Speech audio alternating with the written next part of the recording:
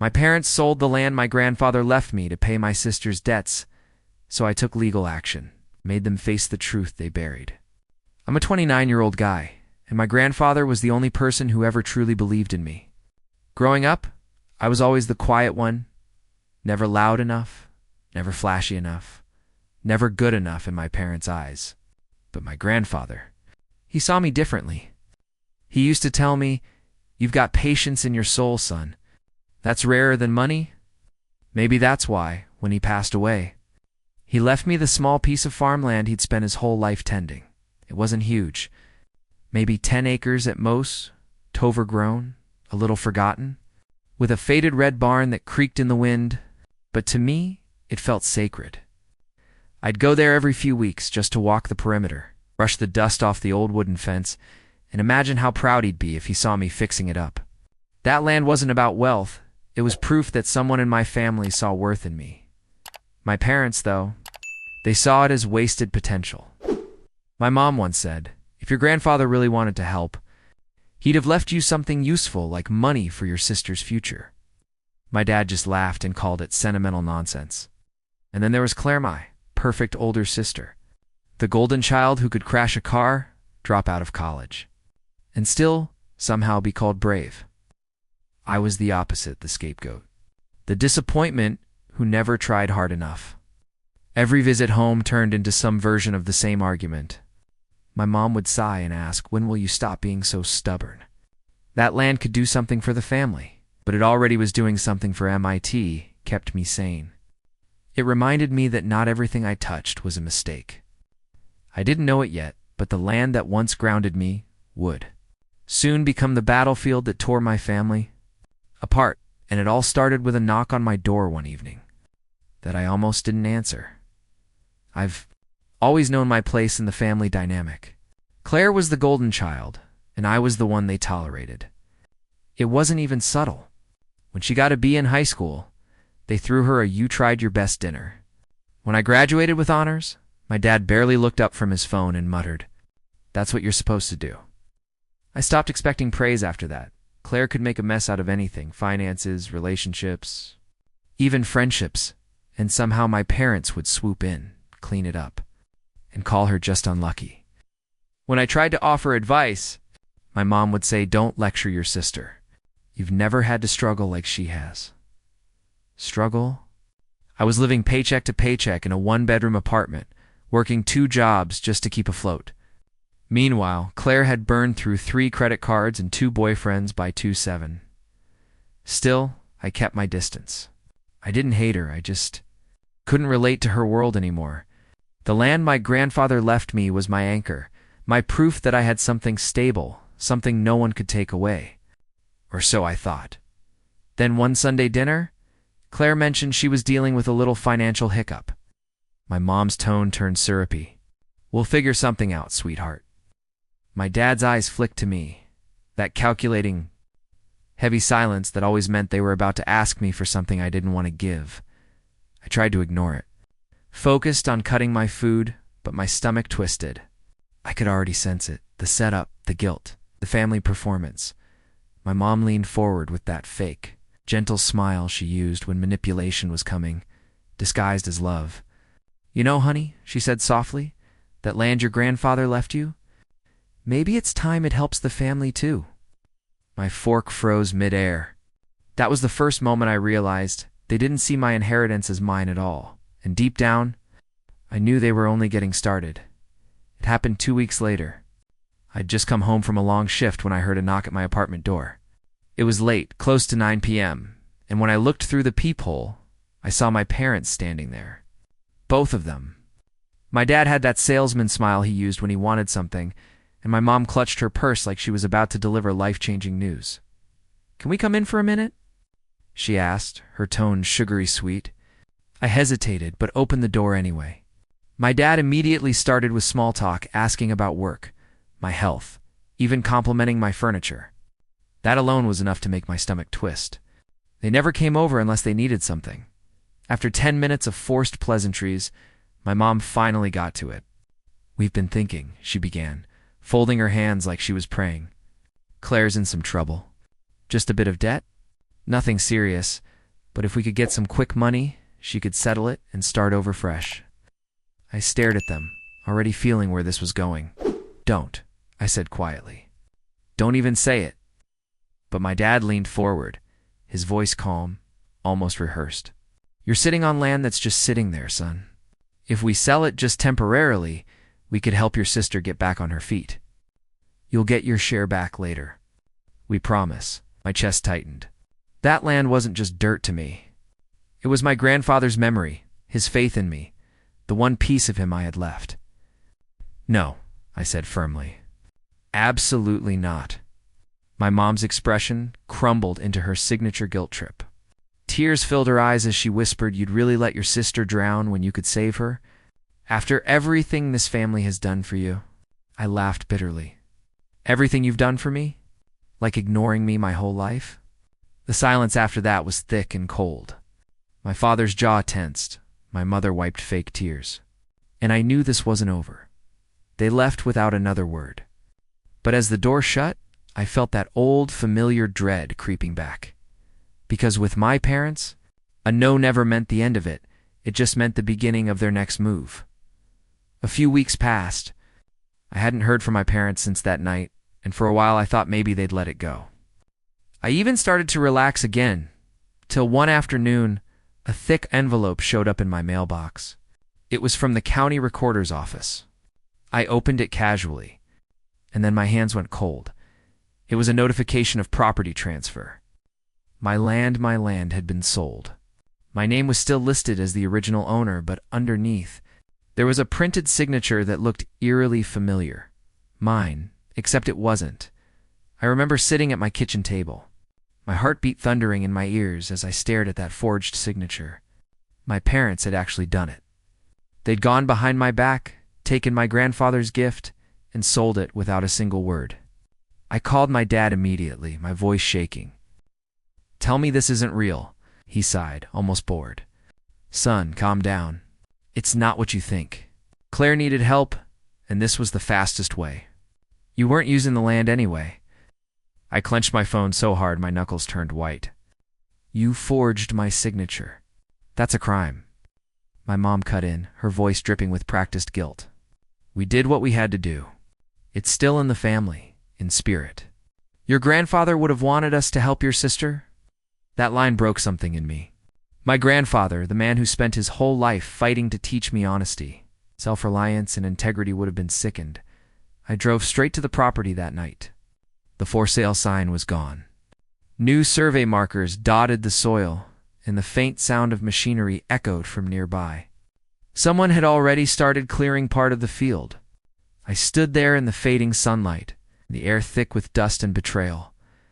My parents hadn't just sold the land, they'd sold the last piece of proof that I ever mattered.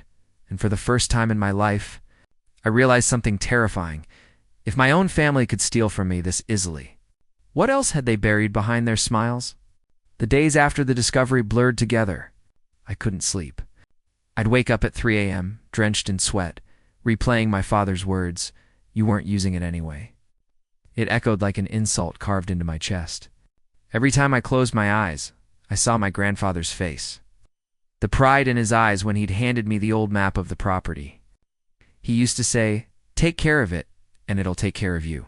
Now it was gone, and all I could feel was this mix of rage and disbelief that my own parents had stolen it. I stopped answering calls. My mother left voicemails every other day, her voice trembling with fake remorse. "Honey, please don't make this harder than it needs to be. Claire's finally catching a break. We'll make it right eventually." They never would. They didn't even think they'd done anything wrong. To them, I was just being selfish for wanting what was mine. Even my friends didn't fully get it. "It's just land," one of them said. "You can always buy another place someday." But they didn't understand it wasn't about money or property. It was about respect, about being seen as more than the disposable child they could manipulate whenever it suited them. So I went quiet. I spent nights researching property laws, staring at legal websites until my eyes burned. Every lawyer I called in town hesitated the moment they heard my last name. My parents were well-connected church members, donors. It's the kind of people everyone wanted to stay friendly with. That's when I realized I was completely alone. No one was going to fight this for me, and just when I was starting to lose hope, wondering if I should just give up and let them win fate through me. Something I never expected. While sorting through some old boxes from my grandfather's shed, I found an envelope with my name written in his shaky handwriting. Inside it was something that would change everything. The envelope was old and brittle, sealed with the faint scent of my grandfather's pipe tobacco, a smell I hadn't experienced in years. My hands trembled as I opened it, revealing a folded letter and a single notarized document. At first glance, it looked like another copy of his will, but when I read the heading, my heart started racing. It wasn't just the will, it was an addendum, one that I had never seen before. The letter began in his handwriting. If you're reading this, it means I'm gone, and the land is no longer safe in my hands. This addendum is my safeguard to ensure no one can take what's rightfully yours, not even your parents. I read that line 3 times, feeling the air leave my lungs. The document attached below was notarized, legally binding, and crystal clear. Under no circumstance may the farmland be sold, transferred, or leveraged without the direct written consent of my grandson. He'd known. My grandfather had seen through my parents long before I ever did. He'd predicted this betrayal years in advance and tried to protect me from it. I immediately contacted an attorney, but not from my hometown this time. I found one from another city, a property rights specialist named Daniel. On the first call, he listened quietly as I explained everything. Then he said, if that document is legitimate and notarized, your parents just committed fraud. You have a case. For the first time in months, I felt something spark inside me. Not rage, but clarity.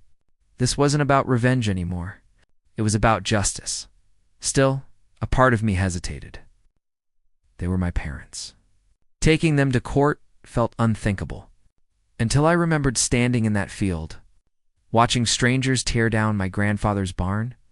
That memory burned deep enough to kill the hesitation. I scanned every page of that addendum, sent it to the lawyer, and sat there in silence as my phone buzzed with another voicemail from my mother. I didn't even listen this time, because for the first time in my life, I wasn't the helpless son. I was the one drawing the line. It didn't take long for word to spread. My parents must have found out I'd hired a lawyer because the next morning my phone exploded with calls. The first was my father, his voice hard and clipped. You're making a fool of yourself, he barked. You think dragging your own parents into court will bring your grandfather back? You're ungrateful, son. We did everything for you. I tried to stay calm, but the hypocrisy cut deep. Everything for me? You forged my name. You sold my inheritance. How is that for me? His response was chillingly simple. Family sacrifices, son. You'll understand one day. Then he hung up. That night, I got a text from Claire. It was long paragraphs of self-pity and venom. She said I was destroying the family and that my actions were cruel. She claimed she'd already hit rock bottom and that I was kicking her while she was down. She even accused me of being jealous of her, the same narrative my parents had pushed my whole life. But what hurt most wasn't her words. It was realizing she actually believed them. Within a week, relatives started calling too. Aunts, uncles, even family friends. They all repeated the same rehearsed lines. It's just land. You're embarrassing everyone. Let it go before it gets worse. The pressure was suffocating. But the more they pushed, the clearer my choice became. I wasn't the villain here. I was the only one willing to say enough. Then, late one evening, I heard a knock at my door. I opened it to find my mother standing there, eyes swollen, clutching a framed family photo. Her voice trembled as she said, "Please don't do this. You'll regret tearing this family apart." I stood there for a long moment, the weight of years pressing down on me. Then I quietly said, "You already did." And as she turned and walked away, I knew there was no going back, not this time. The courthouse smelled like old paper and tension. I remember sitting at that long wooden table, my hands clasped together so tightly they ached. Across from me sat my parents, my mother in a pale suit that made her look smaller than I remembered. and my father with that same unbothered confidence he always wore when he thought he was in control. Claire sat behind them, avoiding my gaze, her arms folded like she was the victim in all this. When the judge called the session to order, my lawyer Daniel stood tall and calm. He laid everything out: the will, the notarized addendum, the property sale, and the forged signature. Then he said the words that made my parents' lawyers shift uncomfortably. My client's family knowingly committed fraud for financial gain. My father's jaw clenched. My mother dabbed her eyes like she was starring in a tragedy.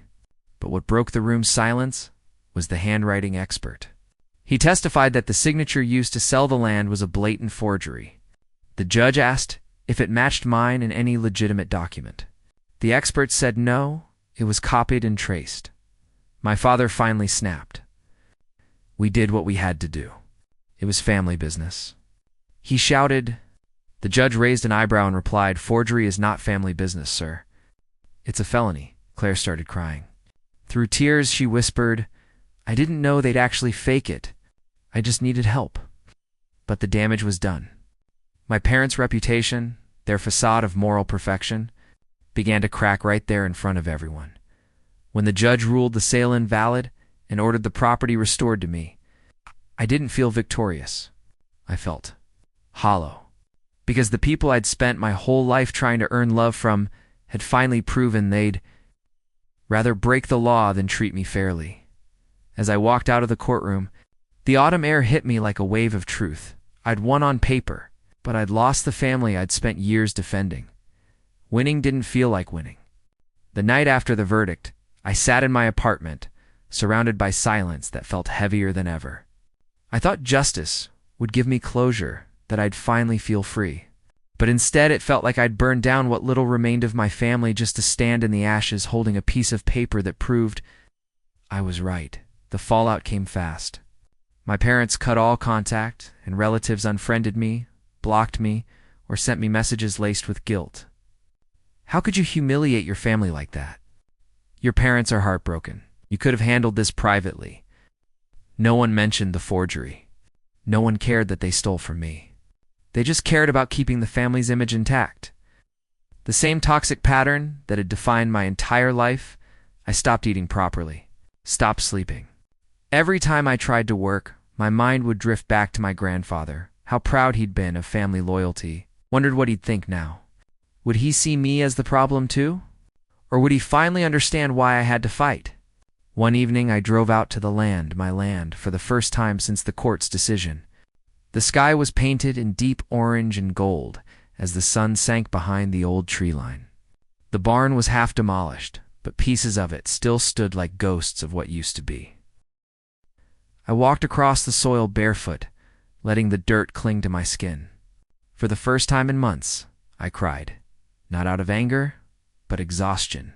Everything I'd fought for had cost me everyone I once called family, and yet, somewhere deep in that quiet field, I felt something shift. Maybe it wasn't about what I lost anymore. Maybe it was about what was finally free to rebuild. The next few months were quiet, but in that silence I found something I'd never had before. Peace that wasn't conditional. No one was calling to demand, guilt trip, or manipulate. No fake apologies or emotional blackmail. Just me, the land. In a strange kind of stillness that felt both heavy and healing, I started visiting the property every weekend. The first time I went back, the field looked wrecked to stug trenches, broken fences, and that old barn leaning like it was holding its last breath. But instead of seeing destruction, I saw possibility. I picked up a hammer, cleared out debris, and started small, just repairing what I could. I didn't have much money, but each nail I drove into would felt like reclaiming a piece of myself. Some of the locals started noticing. An older man from down the road stopped by one day, handed me a cold drink, and said, "Glad to see someone fixing this place again.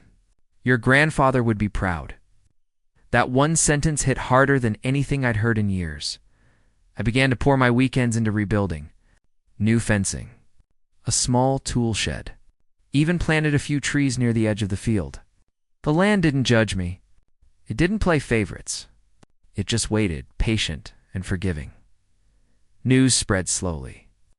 People in town started whispering not about me being the ungrateful son anymore, but about how I stood up for myself. A few even apologized quietly, saying they hadn't known the whole truth. I didn't hold it against them then. One evening, while locking up the new shed, I got a text from Claire. It was short, "I'm sorry.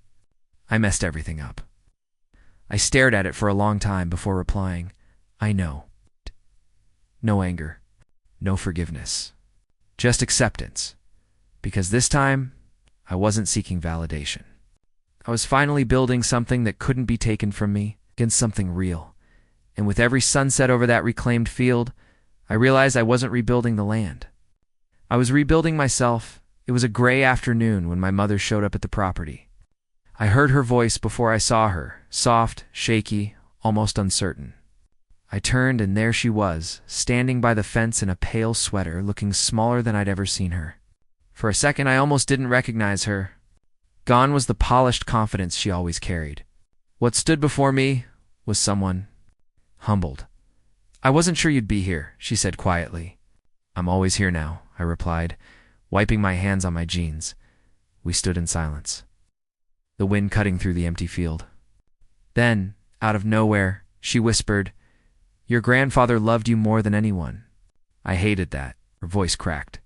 It made me feel like I'd failed as a mother. "I took it out on you. On that land. On everything." I didn't know what to say. All my life, I'd waited for her to admit something like that, to acknowledge the years of favoritism, manipulation, and cruelty. But hearing it didn't bring satisfaction. It just hurt. She stepped closer, her eyes glistening. "We thought we were saving your sister, but maybe we were just trying to keep our image. I'm sorry, truly."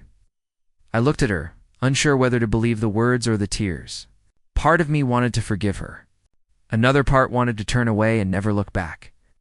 So instead, I said, "You didn't just take land, Mom. You took away the only thing that made me feel like family ever meant something." She nodded slowly, tears spilling down her face. "I know," she whispered. "And that's something I'll carry for the rest of my life." The sun broke through the clouds just then, washing the field in gold light. For the first time, there was no anger between us, just truth. As she left, I didn't stop her. I didn't need to.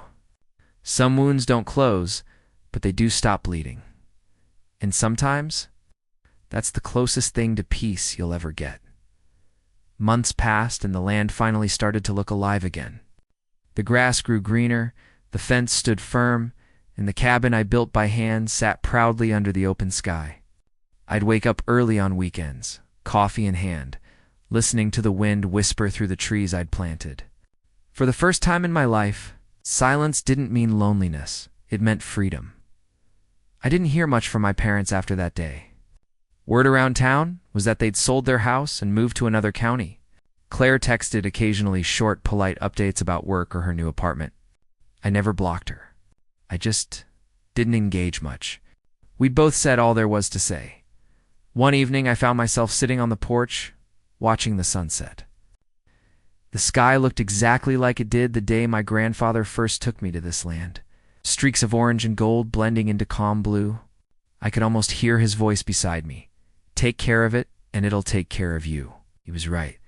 This place had saved me in ways I didn't understand before. It became more than a piece of property, it became a mirror of my own healing. Broken, reclaimed, and finally peaceful.